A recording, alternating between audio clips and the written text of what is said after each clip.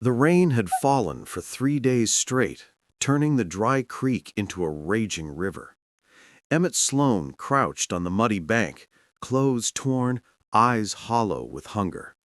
The orphan boy had been alone for months since his father's passing, a trapper taken by fever in the hills. He watched driftwood and branches swirl past like ghosts of things once alive.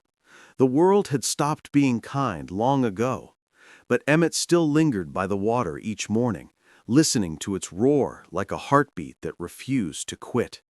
Somewhere deep down, he believed if he kept waiting, someone might appear, someone who needed him as much as he needed them. When the first flash of movement broke through the current that morning, he thought it was a log. Then it groaned and reached for the surface. The shape caught in the current was a man, old, dark-haired, and barely breathing. Emmett froze. The man's arm thrashed weakly before disappearing again beneath the muddy foam. Without a thought, the boy ran, stumbling down the embankment.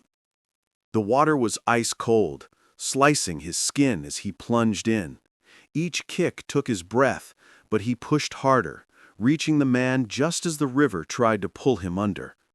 Emmett grabbed his collar, hauling him toward a half-submerged log. "Hold on," he gasped. The man's eyes flickered open, sharp, defiant, burning even in weakness. With the last of his strength, Emmett dragged him onto the shore. He collapsed, coughing, the sound of gravel and life scraping together. The boy fell beside him, chest heaving, unsure if he'd saved a stranger or doomed himself. When Emmett came to, rain still fell in sheets. The old man lay beside him, breathing shallow but steady. Emmett checked his leg, twisted and swollen, likely broken. He built a fire beneath a rocky overhang, coaxing flames from damp wood with trembling hands. The man stirred, murmuring words in Apache. Emmett didn't understand, but heard gratitude in the tone. "Name's Emmett," the boy said softly. "You're safe now." The old man turned his head, eyes studying him. "Gray Wolf," he rasped. Emmett nodded, offering him a crust of bread and half his blanket. The two sat in silence, the fire crackling between them. Outside, the storm raged on, but in that narrow shelter, warmth flickered where there had been none before. By saving a stranger, Emmett had unknowingly sparked something far greater than survival, destiny itself. The cabin creaked beneath the weight of the rain. It wasn't much: 4 walls of warped pine, a roof patched with hides, a chimney that smoked more than it drew, but it was home. Emmett helped Gray Wolf inside, easing him onto his father's cot. The old man winced, but refused to cry out. "You live here alone?" he asked in broken English. Emmett nodded. "Pa's gone. Been me in the river since." Gray Wolf's gaze softened. "The river. It takes, but it gives too." That night, Emmett cooked the last of his beans. Gray Wolf ate little, but watched the boy intently. When the fire dimmed, the man whispered, "You have brave heart." Emmett didn't answer. He didn't know what to say. But for the first time in months, he didn't feel entirely alone. The next morning, Gray Wolf's color had returned, though his leg remained bound in splints of willow. Emmett sat outside, whittling a stick, when he felt it, the weight of unseen eyes. He turned, scanning the pines. Something flickered, movement, quick and silent, shadows among shadows. Gray Wolf noticed too.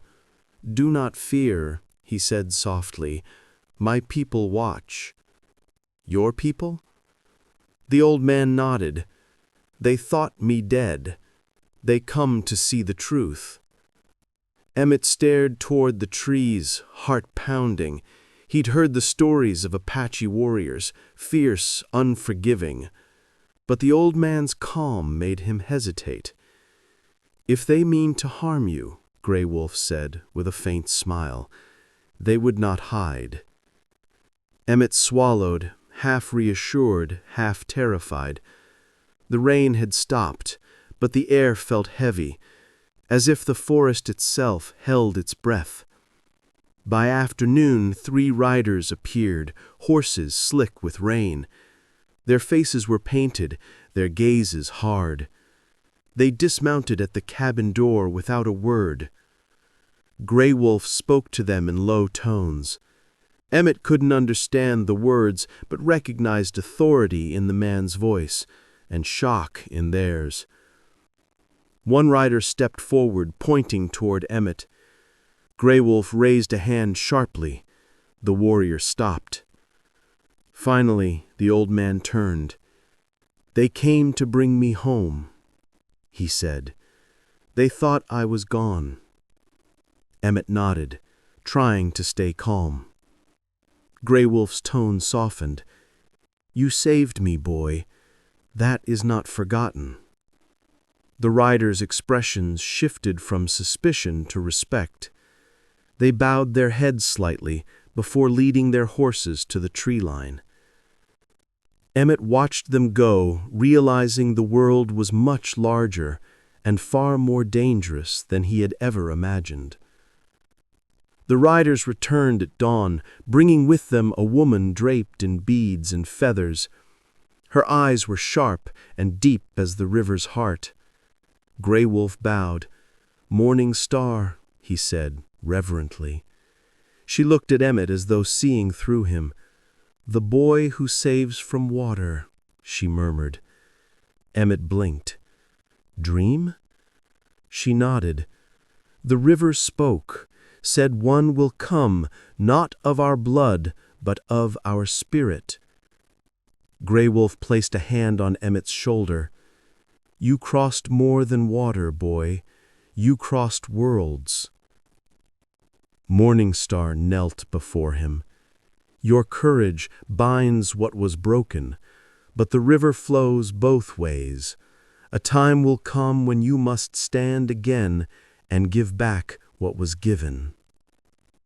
Her words lingered like prophecy, and for the first time Emmett felt destiny stirring in his bones. That evening, torches ringed the clearing near the river. The tribe gathered in silence as Grey Wolf, supported by 2 warriors, stood tall despite his wound. He gestured for Emmett to step forward. "This boy saved my life," he said. "He walks between 2 worlds, the land of my fathers and the world of those who took it." Morning Star stepped forward holding a carved stone. The river gave him strength. The river named him. She pressed the stone into his palm. "Tokani, River Walker." Drums thundered, echoing like the current itself. Emmett looked around. Faces that once carried suspicion now glowed with pride. For the first time, he felt seen, not as an orphan, but as someone who mattered. The river that had taken everything from him had finally given something back. When dawn broke, the wind carried more than birdsong. Grey Wolf's scouts returned with grim faces. "Riders," one said, "white men, guns." Morning Star's expression darkened. "They come for the land." Emmett's stomach twisted. He knew those men, ranchers and deputies from the nearest town, the same ones who'd forced his father off his claim. Grey Wolf looked at him. "They bring law and hunger, but not justice." The tribe began preparing, hiding what they could, readying bows and rifles. Emmett felt a fire he hadn't known was inside him. He turned to Grey Wolf. "If they want to take your land, they'll have to go through me." The old man smiled. "Then the river chose well." The sky darkened with the promise of coming violence, and Emmett knew the test Morning Star spoke of had come. The first shot came before sunrise. Riders thundered toward the village, guns glinting in the pale light. Emmett grabbed his father's old rifle, heart pounding. Grey Wolf shouted orders, his voice carrying through smoke and fear. When one of the riders reached the fires, Emmett fired, the bullet striking the man's hat clean off. The shock made the others pull up short. "Go home," Emmett yelled.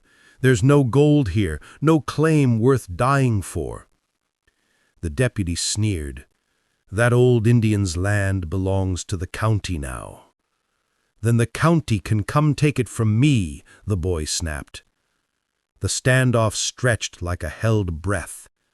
Finally, the riders turned their horses and rode off, defeated not by gunfire, but by the will of a single boy who'd found his courage. When the dust settled, Emmett stood trembling, rifle still clutched tight. Grey Wolf approached, leaning on a staff carved with symbols. He faced them without hate. That is true strength. Emmett's hands shook. "They'll be back. Then we'll be ready, but not with anger, with unity." Morning Star joined them, eyes calm. "You've done what men twice your age could not. You turned enemies into witnesses." Emmett didn't feel like a hero, just tired. But beneath the exhaustion was something new, belonging. Grey Wolf rested a hand on his shoulder. "You have river spirit now. You flow through obstacles. You endure." The boy smiled faintly. "I guess I finally found my place to stand." Grey Wolf nodded. "And you built it with courage." Seasons passed. The river calmed, its voice softer now, carrying the songs of children who played along its banks. Grey Wolf's tribe and the settlers found peace, uneasy at first, but real. Emmett stayed, building a small school near the water's edge. He taught words, maps, and stories, not just from books, but from memory. The people called him Tokani, River Walker, the boy who once jumped into the flood and came out carrying 2 worlds on his back. Sometimes, when the moon was high, he'd walk to the riverbank where he first saw Grey Wolf fighting the current. He'd close his eyes and hear that same rushing sound, not of danger, but of life moving forward. The river had taken his past, yes, but in return it had given him purpose and a home.